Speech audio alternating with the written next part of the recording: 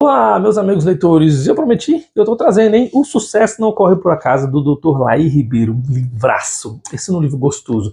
1996 foi um de lançamento, eu conheci ele bem no comecinho ali, meu chefe estava lendo, eu ali com 18 anos, bem novinho, barbinha, nem tinha barbinha ainda. Eu falei, pô, eu quero ler isso daí, cara, você me empresta? Me emprestou, transformou a minha vida e hoje vai transformar a sua. Se iluda não, um livro de mais de 30 anos, mas tem muita coisa para acrescentar na sua vida.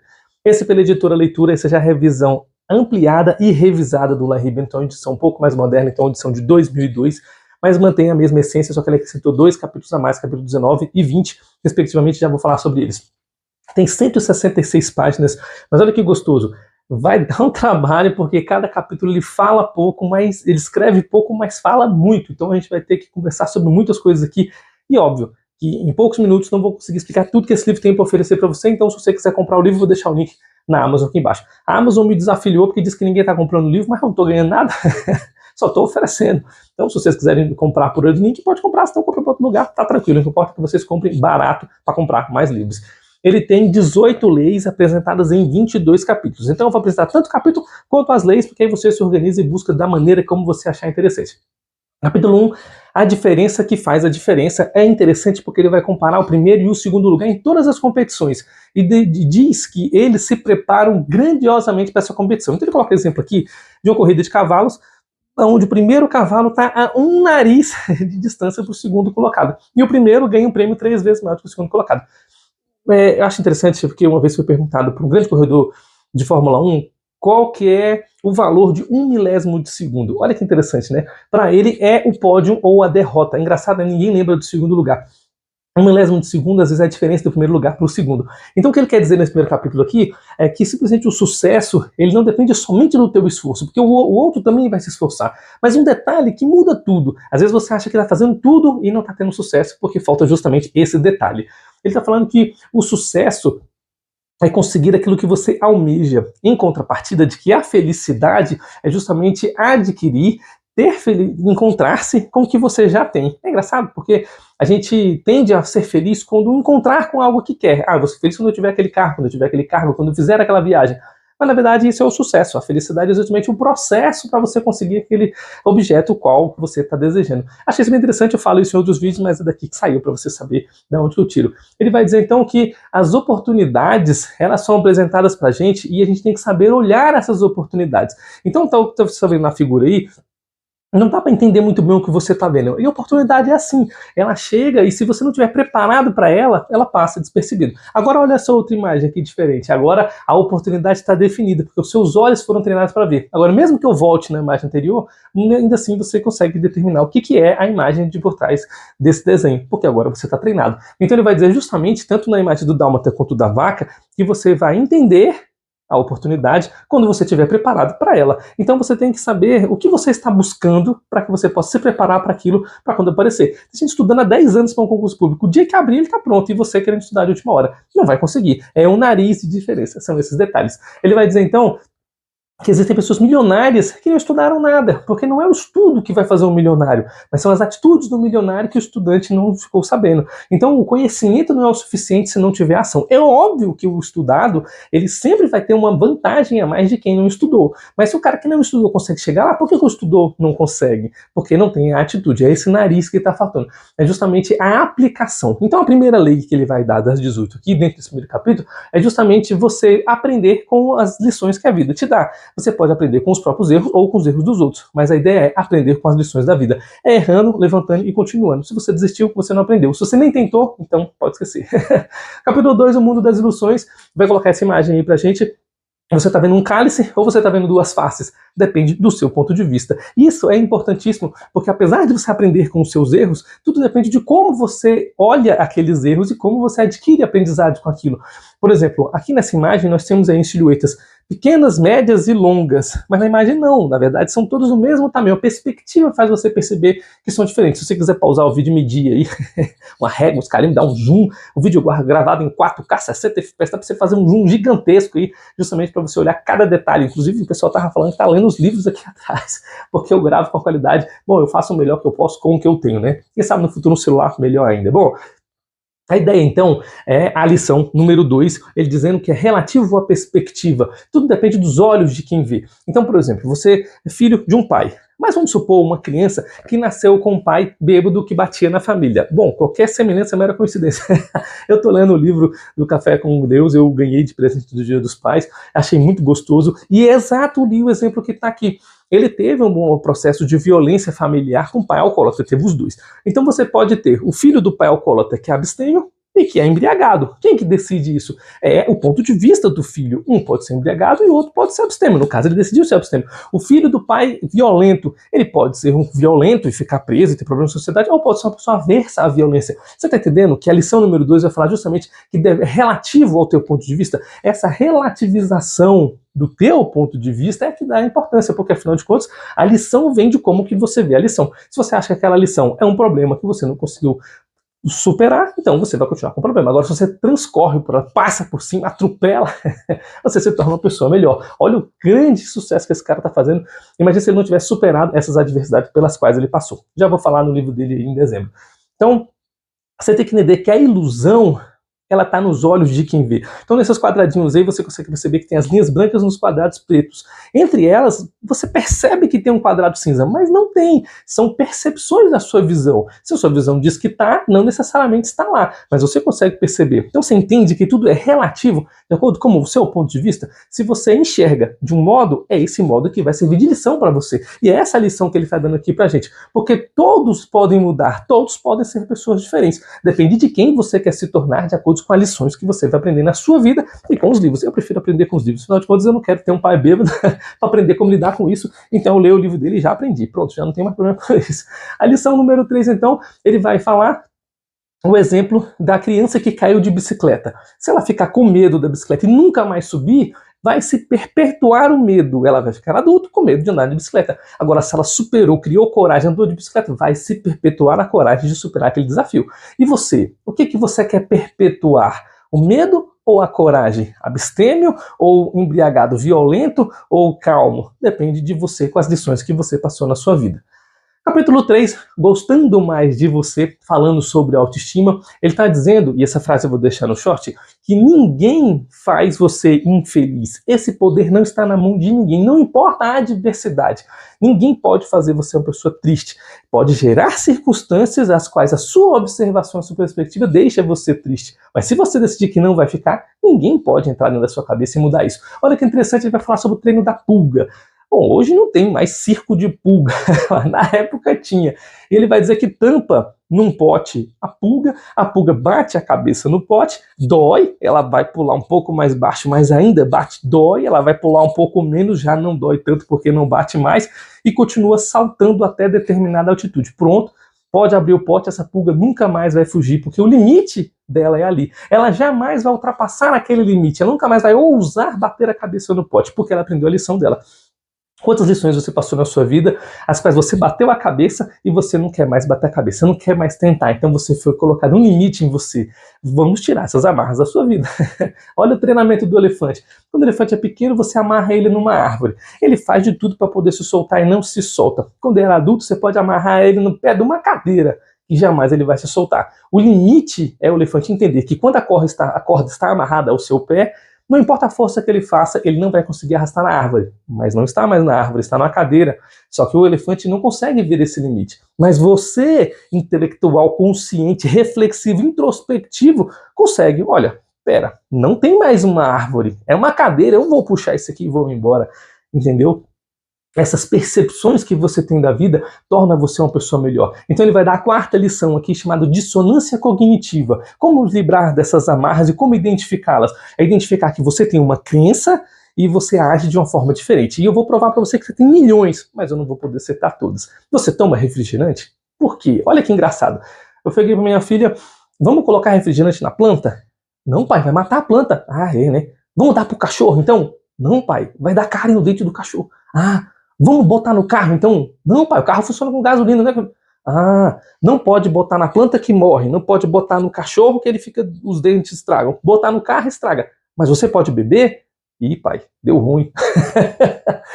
Dissonâncias cognitivas são crenças que você tem, mas age de uma forma diferente. Você acredita numa coisa e faz outra. Isso você vê na igreja, você vê no trabalho, você vê em todo o seu ciclo social. Se você acha que fumar faz mal, por que fuma? Se você acha que precisa fazer exercício para ser saudável, por que não faz? Se você sabe que precisa acordar mais cedo para preparar-se, para estudar, para crescer, para ter uma vida melhor, por que não faz? São essas dissonâncias, essas amarras, essas tampas que nós precisamos abrir. E você só pode perceber através da sua própria perspectiva. Se eu estiver com você batendo papo, eu posso identificar. Ó, parceiro, tem uma tampa aí, ó. Vamos tirar essa corda aí da cadeira. Mas enquanto nós não temos, você tem que identificar por conta própria. E essa introspecção e essa reflexão é que vai fazer você identificar as tampas, as amarras, as cadeiras e os seus limites, as suas dissonâncias cognitivas, beleza?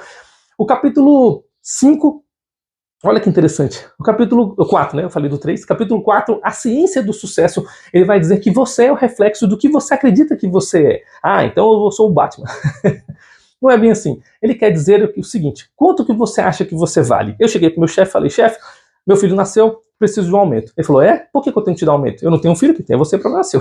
Eu falei: calma, vamos devagar. Não, eu fiz uma graduação, tirei uma certificação, eu consigo implementar um negócio melhor aqui, e aqui não tem subsídio para eu fazer isso. Uma outra empresa, o qual eu posso executar melhor, o meu trabalho pode me pagar mais, porque eu me qualifiquei. Ele, opa, então agora você está valendo mais. Quanto que você acha que você vale? Eu falei: chefe, eu quero o dobro, pago o triplo para você ficar. Ô chefe, sabe o que é? Agora eu percebi que eu valo mais do que isso. Um abraço e tchau e benção, fui embora. Eu só percebi o valor que eu tinha quando esse grande homem da minha vida trouxe grandes mudanças no meu patamar, na minha forma de pensar, trouxe essas reflexões. Ele me perguntou quanto que eu valia, e eu não sabia quanto que eu valia. E quando eu percebi o tanto que eu tinha crescido ao longo daqueles 3 anos na empresa, eu percebi que ele era pequeno para mim. Então eu fui para uma empresa maior, onde eu tinha um cargo melhor, onde eu ganhava mais. É interessante você entender quanto que você vale. Qual é o teu valor? Por que a empresa merece te pagar mais? Ah, não merece? Então faça por merecer. O que você pode fazer para você crescer? Eu cheguei numa empresa antes dessa, chefe, o que eu posso fazer para crescer aqui? Para eu ser um chefe, para eu ser um diretor, para eu ser o dono? Ele falou: ó, você é ambicioso. Vem cá, deixa eu sentar você aqui. Ele foi um grande amigo, foi um dos primeiros empregos que eu tive. Me apresentou ali um plano de carreira na empresa, o que era necessário para eu crescer. Em um ano, eu atingi o patamar máximo da empresa, porque eu entendi a escala do sucesso naquela empresa.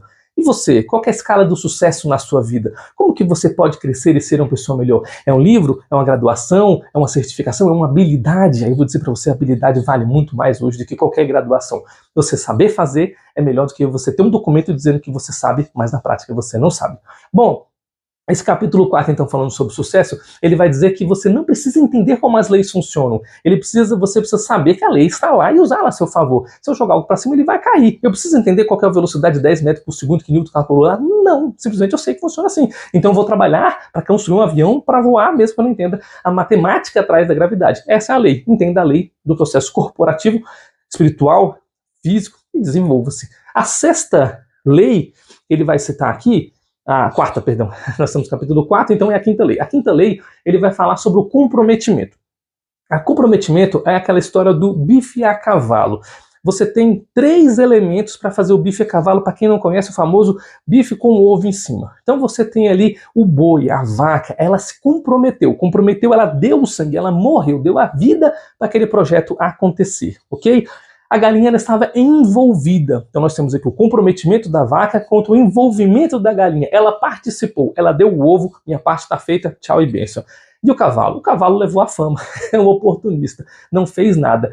Dentro da sua carreira profissional, dentro dessa lei que ele está citando aqui, comprometimento versus o envolvimento, onde você está dentro do objeto e dentro do projeto que você está executando no teu trabalho, na tua vida corporativa ou filantrópica ali na igreja. Você está comprometido? Está dando sangue para aquilo acontecer? Você está envolvido? Só bota o ovo ali e sai fora? Ou você só leva a fama? Engraçado que quem leva a fama não participa do processo. E esse cara ele está excluído dos processos futuros, porque quem come vai dizer, essa vaca tá boa, essa galinha tá boa. Sabe de quem estava envolvido, ele só leva a fama, mas não ganha nenhum know-how. E no caso, para você crescer e se desenvolver na sua carreira, você precisa estar comprometido, tem que dar o sangue, tem que dar a vida. O capítulo, não vou errar mais, hein? Capítulo 5, é preciso crer para ver. Ele vai dizer então para você que quando você muda, o mundo muda com você. Esse é o lema da Universidade Católica, amo aquele lugar, fiz várias graduações lá. justamente porque ela traz essa concepção para nosso ponto de vista, né? Se eu mudar, após estudar o curso que eles estão oferecendo, o mundo vai mudar ao meu redor. Eu citei para você, por exemplo, no outro livro do Larry Ribeiro, quando eu falei que você está sedentário e por conta da orientação médica resolve fazer o ciclismo. Nesse ciclismo você conhece outras pessoas ciclistas, porque semelhante atrai semelhante, já vamos falar sobre isso. E lá você conhece outras pessoas e você é convidado a fazer parte daquele grupo. Então agora você percebe que quando você muda o seu mundo, você conhece novas pessoas com novas habilidades, com novas experiências. Então seu mundo todo mudou porque está andando com pessoas diferentes. Por causa de uma orientação médica, teve que ficar doente para isso. Engraçado, né? Então decida o mundo qual você quer participar e mude antes de precisar da saúde dele. Achei muito interessante essa parte. Então ele vai dizer que para você sentir bem, você espera se sentir bem para você poder agir. No caso do ciclismo, você espera se sentir mal para poder agir. Ele vai falar para você fazer o contrário. Primeiro haja, para depois vir o sentimento. Eu digo aqui em casa, as meninas não querem lavar a louça. Eu falo assim, pai, mas eu tô de saco cheio para lavar a louça. Não tem que ter saco, paciência para estudar, para lavar, para fazer. Faça, e enquanto está fazendo, você vai sentir essa emoção. Às vezes eu não tô com vontade de trabalhar, de sentar no computador, eu quero sair. Opa, pera, mas eu tenho um compromisso. Então eu vou fazer mesmo sem querer. E enquanto estou fazendo, eu tenho prazer, porque o prazer vem. Eu não quero lavar a louça, mas eu vou fazer sem querer, e o prazer vem enquanto eu estou fazendo. Porque o corpo, ele entende assim, primeiro age e depois sente. Se você sentir antes, você não age nada. Então, em relação ao exercício físico, primeiro faça, depois você vai sentir. E escreve aqui para mim como você vai sentir extremamente melhor. A lei número 6, então, vai dizer pra gente que uma repetição não causa tendência. Então, um amigo te sacaneou, uma esposa te traiu, um cônjuge te passou a perna, alguém te deu um nó. Uma vez só, a pessoa pode se arrepender, pode mudar e mudar os seus caminhos e nunca mais fazer aquilo. Porque, afinal de contas, arrependimento existe e é para todos. Eu falo isso direto. Eu estou disposto a perdoar qualquer coisa uma única vez. A segunda já gera tendência. Quando você faz a mesma coisa 2 vezes, você já tem um precedente para que ela se repita. Então você pode usar essa lei ao seu favor. Se você foi uma vez só e desistiu, não gera tendência. Vai 2, tenta pelo menos 2 vezes, tenta 3, tenta 4, e aí você vai gerando tendência, que é justamente essa ideia de você ter que crer para ver, ok? Capítulo 6 vai falar sobre os hemisférios cerebrais, dizendo que o hemisfério direito é mais lógico, enquanto o hemisfério esquerdo é um pouco mais artístico, e você vai ter que usar os 2 hemisférios para fazer quase todas as coisas na vida. Então essa é a imagem que eu estou mostrando para vocês. Se você usar o hemisfério lógico, você vai chegar um monte de rabisco. Mas se você olhar com um pouco de atenção, não parece um maestro regindo uma orquestra sinfônica ali? Que interessante, né? Você está usando a parte criativa para, a partir dessa imagem, gerar objetos que você está entendendo. E ele vai dizer mais sobre os 2 hemisférios. E não estar doente não quer dizer que você está sadio. Você está sadio quando você está no ápice, no auge, em alta performance. E quando você está lento, parado, quase morto, não quer dizer que você está morto, mas você também não está doente. Então entenda isso. Não quer dizer que você não está doente, que você está na sua melhor forma, na sua forma plena de trabalho e de atitude. Então a Lei 7 vai falar sobre a escassez e a abundância. Você pode enxergar as coisas que existem para todos e disponível, ou você pode achar que está acabando. Eu falei isso no livro da prosperidade, já vou mostrar ele. Aliás, eu posso mostrar ele aqui também. Vou mostrar ele agora e mais algumas vezes nesse vídeo, porque esse livro é muito legal. Então, sobre a escassez e a mudança, depende do teu ponto de vista. Você pode entender que as coisas são limitadas e logo para você ganhar o outro tem que perder. Você pode entender o oposto, que todos podem ganhar. Você pode ganhar, o outro ganhar, todo mundo ganhar junto e todo mundo cresce. Se todos ganham, não é muito mais gostoso? Não se diverte mais? Não gera mais? A economia hoje é 10 vezes maior do que 10 anos atrás, porque ela se multiplica ao longo da riqueza do mundo vai crescendo. Por que você acha que as coisas estão acabando? Isso é um ponto de vista seu. Se você olhar que as coisas estão abundantes, existe mais recurso, mais comida, mais pessoas, mais ideias, então você vai poder fazer parte da abundância. Essa é a lei, justamente, da escassez e abundância. O capítulo 7 vai falar para você melhorar a sua autoestima. Semelhante atrai semelhante. O exemplo que eu dei nesse livro ali é você ter uma camisa de time de futebol. Se você torce pro Botafogo, eu dei o exemplo do Flamengo, agora vai ser o Botafogo, tem que trocar, né? Se você torce pro Botafogo, se você escreve Botafogo, escreve aqui, ó, sou botafoguense. Se você torce pro Botafogo, você não vai sentar na torcida do Corinthians, do Flamengo, do Vasco, você vai sentar junto da sua torcida, porque o seu grupo segue o seu grupo. Lembra que eu falei do ciclismo? Se você sai pro ciclismo, você não vai encontrar com pessoas fazendo boxe. E se encontrar, não vai se misturar com elas. Por quê? O teu grupo é o do ciclismo. Engraçado isso, né? Na minha época eu andava de patins, eu tinha a época do skate. Tinha a galera do skate. Eles não se misturavam. Eu ia andar nos 2 grupos, eu tinha que ter os 2. Um dia eu tava no skate, um dia eu tava no patins. Eu tava em todas. O importante é se relacionar. Isso é o que vale a pena. Bom, ele vai falar ainda para você aceitar as falhas. O que vai aumentar a tua autoestima? Aceitar os seus erros. Errei, beleza. Boa, toca o barco. Vou aprender com eles e continuar. Sorria. Essa parte do sorriso é neurologicamente comprovado que esse músculo mexe com as sinapses cerebrais e liberação de hormônios no meu corpo. Então, ainda que você faça forçadamente, faça esse teste de você tá chateado, triste, olha pro espelho e começa a sorrir, você vai achar tão idiota que ri junto. Você tá rindo porque você tá rindo, entendeu? É tipo o pássaro, né? Ele é feliz porque pode cantar, e não canta por ser feliz. Infelizmente, é assim, né? Você canta porque está feliz? Não. Você canta por ter a habilidade de cantar. Então, ao cantar, você se torna feliz. Lembra a história da louça? É só começar o processo. O ambiente de pessoas agradáveis torna você uma pessoa com autoestima melhor. A pessoa, você fica andando com aquele amigo chato que te joga pedra, que te sacaneia, que você conta uma proposta boa, coisas boas na sua vida, ele te reclama, te deprecia. Não, fuja dessas pessoas tóxicas. Simplesmente o ambiente faz você uma pessoa mais agradável. A aceitação de lugares certos também faz a diferença. Olha essa imagem que legal. Nós temos um jogador de basquete e um jogador de hóquei. Imagina que esse jogador, o hóquei é aquele que anda de cavalo, né? Então ele tem que ser pequeno e leve. Imagina esse cara jogando basquete. Esse é um desastre, esse é uma derrota, esse é atropelado. Agora imagina um jogador de basquete andando de cavalo. Ô, tadinho do cavalo. Não vai sair do lugar. Você saber o teu local correto é importante para a tua autoestima. De repente você é uma pessoa com autoestima boa, mas está no lugar errado. Você vai ser destruído, você vai ser trucidado, assim como o jogador de basquete ou vice-versa. A lei número 8, então, vai falar que a emoção sobrepuja a razão. Você tem que entender que o teu sentimento ele fala mais alto do que você pensa. E Kahneman já falou isso em Rápido e Devagar. Simplesmente você tem que entender e aceitar. Se você tem a emoção mais forte do que o seu intelecto, ele vai passar pela frente. E ainda que não tenha, vai passar também. Vai no mercado com fome. Você vai com 10 contos, você gasta tudo. Não, 10 contos não compra nada no mercado, né? Você leva um dinheiro no mercado para fazer uma compra com fome, você vai comprar tudo que você quer comer. E não que você precisa comprar, porque você não entende a razão quando a emoção toma de conta. E é isso que ele está falando na lei número 8. Entendendo isso, então, você vai sempre ter a sua emoção sob domínio. Não é sob controle, porque, enfim, é difícil você ter um controle. Mas você tem uma administração do teu emocional para que você possa ter essa razão dominante aí, pelo menos na maior parte do tempo. Capítulo 8, você pode mudar a sua vida. É interessante isso, porque depende do teu ponto de vista, como a gente está falando o tempo todo, né? Como você nasce, quando você é criança ali, até os 7 anos, o cérebro funciona como esponja. Tudo que você fala, a criança absorve. Fala besteira perto da criança pra você ver, vai passar raiva. Dos 8 aos 14, ele repete aquilo que você faz. Não importa o que você diga, ele vai usar o seu exemplo. E isso é a parte mais importante, porque você tem que imaginar com quem que ele está. Porque esse exemplo é o que vai influenciar na mente, na educação da criança. Dos 14 aos 21 é a parte da socialização, onde o adolescente está esperando a aceitação do seu meio social. Então ele acaba fazendo coisas que não quer para ser aceito por aquele grupo. Então, mais uma vez, é mais importante ainda você esperar e cogitar com quem ele anda.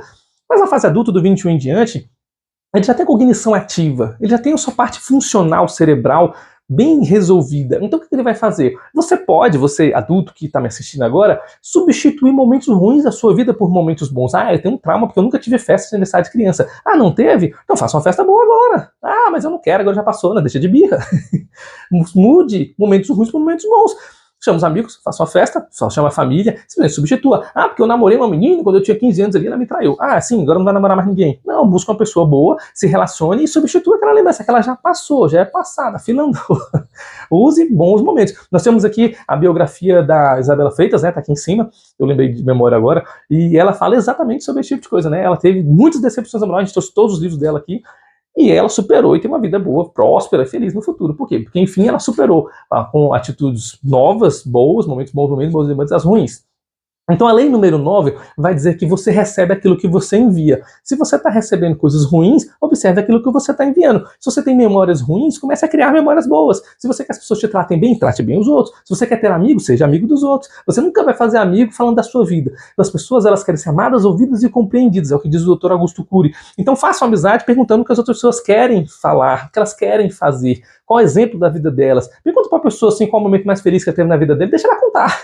Senta com o velho, quando você senta com o idoso e você vê ele falar sobre a vida dele durante 5 horas seguidas, você vai aprender que o importante é o outro. E você obtém o que é bom. Você não quer um amigo? Então você tem que estar disposto a ouvir o outro. E às vezes você dá uma pontinha aqui, você fala uma coisinha ou outra.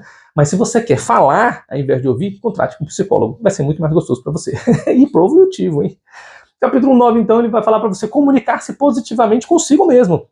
Essa lei eu acho importantíssima, porque nós devemos usar as palavras positivas. Olha que interessante, se eu falar não pense numa maçã, você pensou na maçã. Tá vendo como não é uma palavra que não funciona muito bem no cérebro? Ela fica meio presa ali, meio sem funcionamento. Porque você tem que saber aquilo que você quer. O que você quer e não o que você não quer. Você chama a esposa, vamos comer um restaurante? Não quero. Vamos comer um frango? Não quero. Vamos fazer? Não quero. Tá, e o que tu quer? E não sabe. A pessoa não sabe o que ela quer, mas ela sabe o que ela não quer. Quando você vai dar ordem para uma criança, isso eu me ensino aqui em casa sempre, você tem que dizer o que ela vai fazer. Vamos estar brincando no brinquedo, tá girando muito rápido, vamos dar um exemplo aqui do parquinho, e você fala assim, menino, gira isso rápido demais, não vai machucar. O que acontece? Ela machuca, porque você falou para não girar rápido demais, e ela entendeu que é gira rápido demais. Filha, vai devagarzinho para as outras crianças menores brincar também. Ah, pai, beleza. Pronto, funcionou. A ordem sempre no imperativo e jamais com a negação. O cérebro não entende a negação. Não pense no elefante cor-de-rosa. Aí tá aí o pocoyó, né?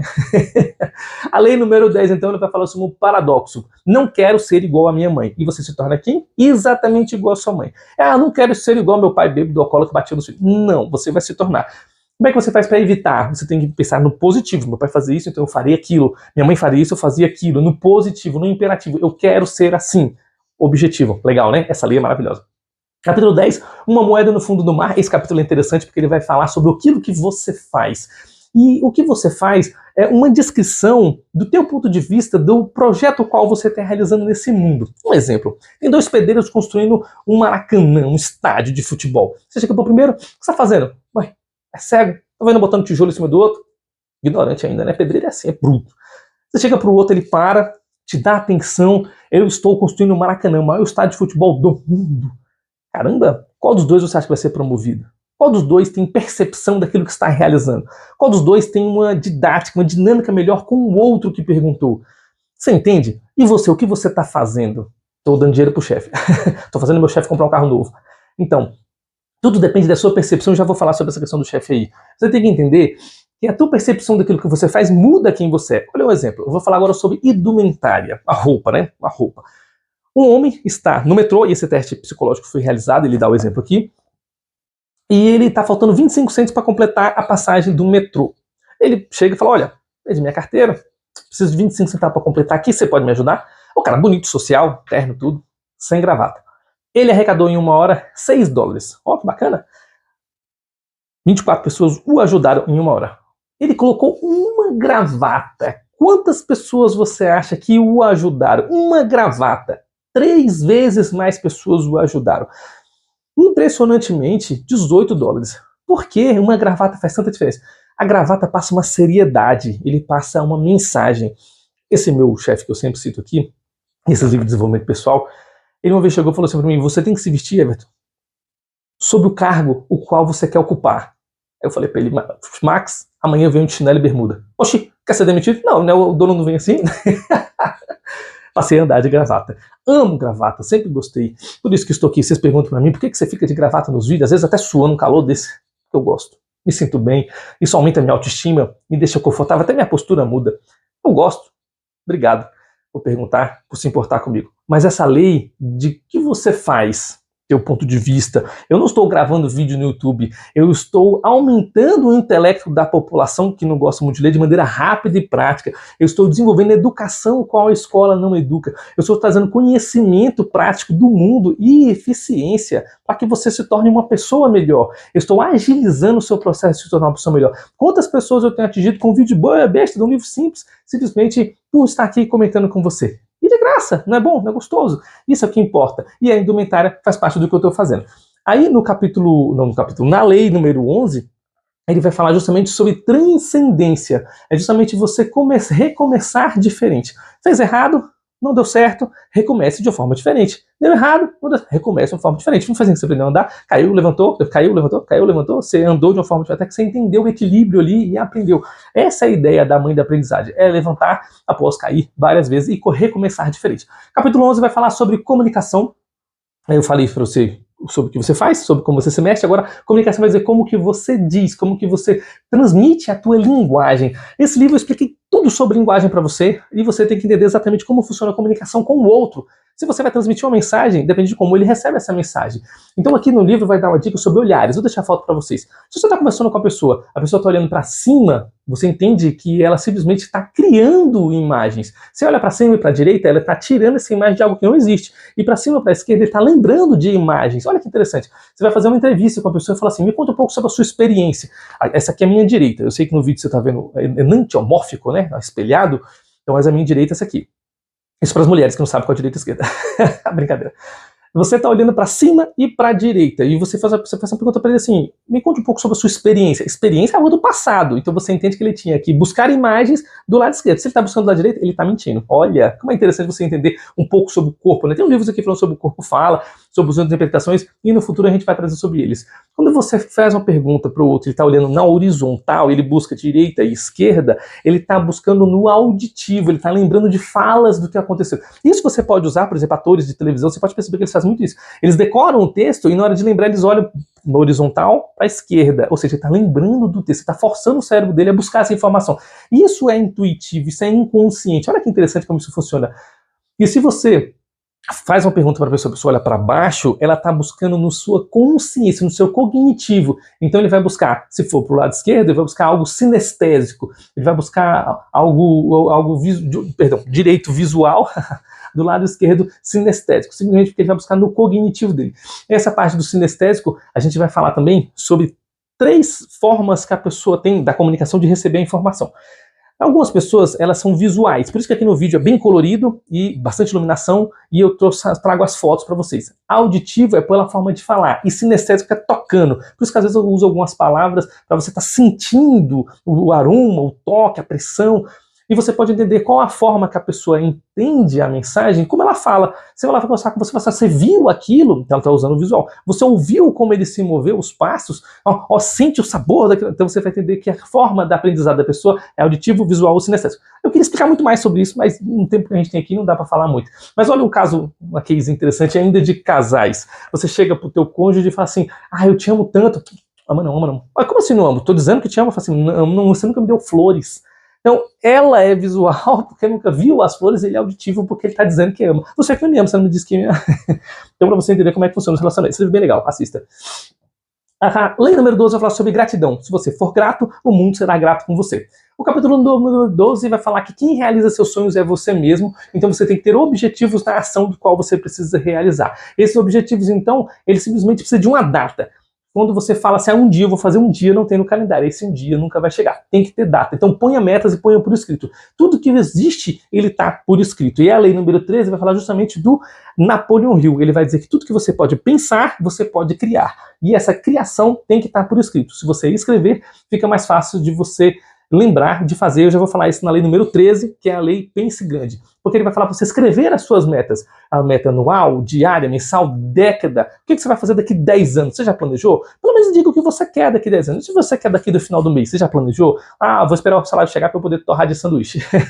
Cervejinha na sexta-feira. O teu planejamento é esse? E daqui 10 anos, você vai estar com o bucho de chope quebrado? Planejamento por escrito, para que você possa realizar.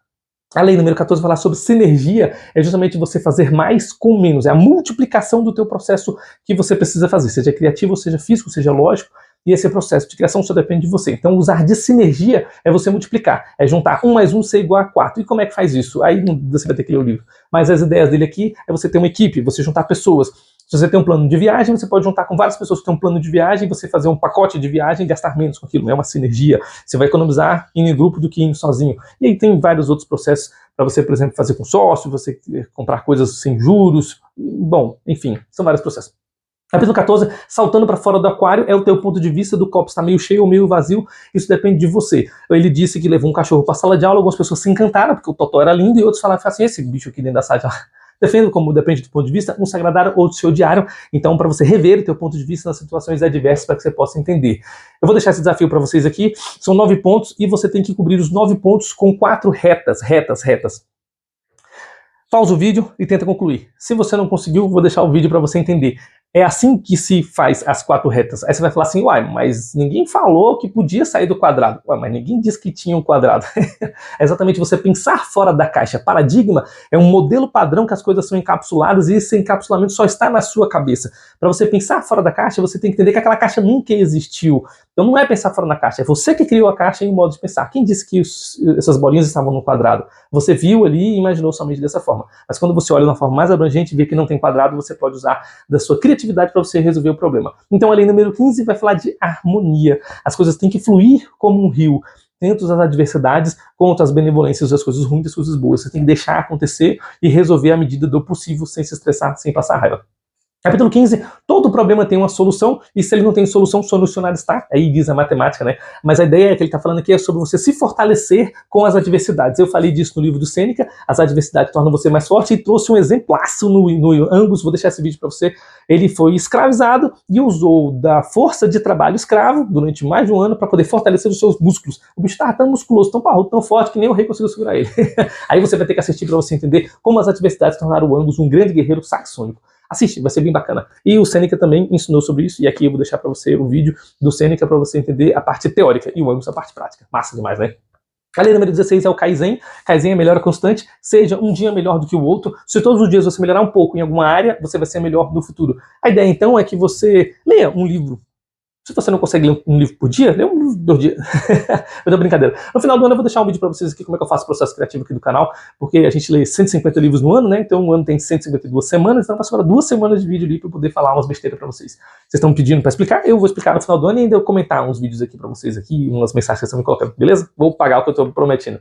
Mas a ideia do Kaizen então é você todo dia melhorar um pouco. Se você não pode melhorar no livro, leia um livro por mês. A gente tem um desafio em um livro por mês, né? Ele vai falar então aqui que ele teve um problema com um cachorro lá, pessoal, que ele aplicou esse Kaizen. E eu não vou falar esse do cachorro, eu vou deixar ele como pergunta para você.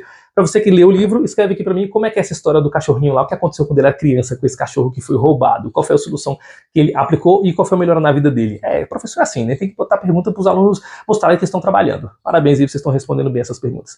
Capítulo 16, para quem você trabalha? Essa aí eu comecei falando, né? Você trabalha para o seu chefe? Você está enriquecendo a sua empresa? É assim que você pensa? Porque você está tornando a empresa mais rica? E eu vou dizer para você que você está totalmente errado. Você trabalha para si. A lei número 17 vai dizer que você faz parte de algo maior. Lembra do cara construindo o Maracanã? Quando você imagina que você trabalha para você, que você está ficando mais musculoso, está ficando melhor, então o seu trabalho rende mais. Se o seu trabalho rende mais, você vale mais. Se você vale mais, o mercado de trabalho vai competir por você. E não você imaginando que a empresa está lucrando nas suas costas. Tudo depende do teu ponto de vista. E quando você se melhora, se especializa, você se torna uma pessoa melhor, o mercado vai ficar louco atrás de você. E não sendo só mais um atrás das massas. Capítulo 17, o azar pode ser sorte. Ele vai dizer que sorte é quando preparação encontra oportunidade, assim como a gente citou no começo do vídeo, mas aqui ele vai ser uma historinha bem bacana do pai que teve o filho, estava criando um cavalo, o cavalo fugiu e o vizinho, você diz que azar que você tem, hein? Aí o cavalo voltou com a multidão de cavalos, falei, eita, agora tu teve sorte. Aí o cara, não tem sorte, não tem azar, são acontecimentos. Aí o menino foi subir no cavalo, o menino quebrou a perna, ixi, esse cavalo te deu azar, já falei que não é sorte nem azar. O menino quebrou a perna. Teve um chamado militar e o menino não pôde ir porque estava com a perna machucada e o exército não aceita gente com um gesto na perna. Cara, eita, agora você teve sorte. Esse vizinho também é boca grande. Mas ele quer dizer o quê? Sorte é quando preparação encontrou oportunidade. Você já está preparado para o teu futuro? Se você quer passar no concurso, está estudando agora. Se você quer ser empresário, está estudando agora. Tudo envolve conhecimento. Nós vivemos na era do conhecimento. Se você não chegar primeiro, você chega atrasado. Mas o importante é que você chegue. Então estude para que você saiba chegar lá. Lei número 18, você precisa fazer o que tem que ser feito. Se você fizer o que tem que ser feito, vai dar certo. Deixa eu explicar melhor sobre isso no capítulo 18, falando exatamente sobre eficiência e eficácia. Eficiência é quando você faz o que você faz bem feito. Teu chefe fala assim, bicho, tem que limpar o chão aqui. Senhor, chefe, vou limpar. Só que quando você está limpando o chão, entra um monte de cliente na empresa para você atender. Você fala, opa, não posso atender não, porque o chefe mandou limpar o chão. Fica todo mundo aí fora. Pera, qual o objetivo da empresa? Não atender o cliente? Para de limpar o chão e atende o cliente. Adianta fazer bem feito o que não precisa fazer feito? Não é o momento de ser feito? Adianta fazer bem feito no momento errado? Adianta fazer bem feito, sendo que o resultado não é aquele?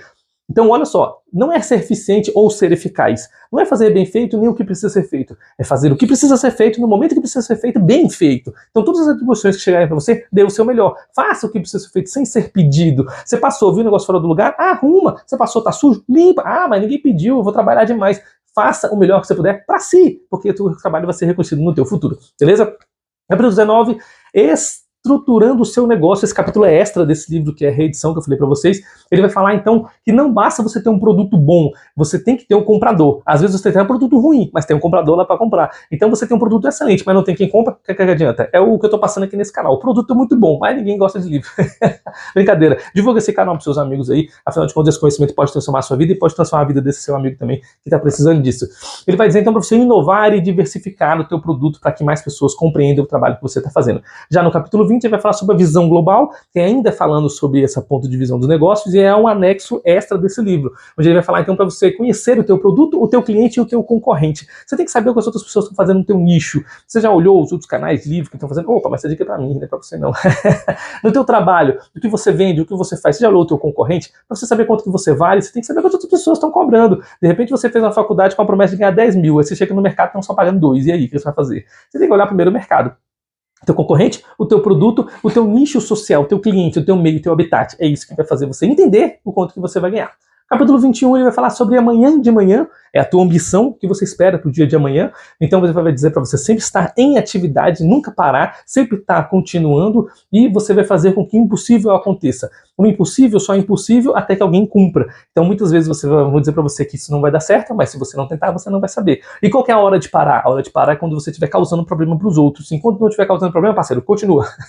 Vai embora, sonhe alto, sonhe grande, tenha a sua ambição, almeje, porque como diz o poeta, se você mirar na lua, pelo menos na estrela você acerta. Capítulo último, 22, a sua vida em suas mãos. Não basta aprender, não basta chegar no vídeo longo desse aqui, você tem que colocar em prática. Reveja esse vídeo novamente, assista, anote, faz uma pausa. Lembra que eu falei do documento? Escreva o que você está fazendo. É importante. Aqui nesse livro tem muito conhecimento, transformou a minha vida.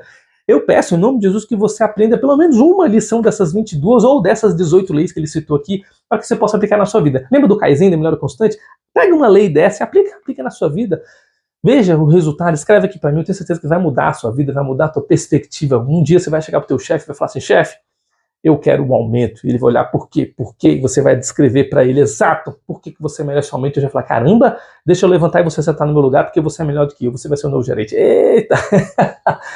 Brincadeiras à parte, coloque em prática o conhecimento desse livro. Tem muitos livros bons que eu tenho apresentado aqui para vocês. Esse da prosperidade então foi maravilhoso e eu concatenei os dois para que você possa entender numa coisa só. O Laí Ribeiro ele traz livros do exterior para o Brasil e ele trouxe essas roupagens das 16 leis do triunfo de uma maneira bem didática, bem dinâmica, bem lúdica. Então faz com que você aprenda e você se torne uma pessoa melhor. Muito obrigado por mais esse livro. Espero que ele tenha transformado a sua vida assim como transformou a minha. Deus abençoe e até a próxima.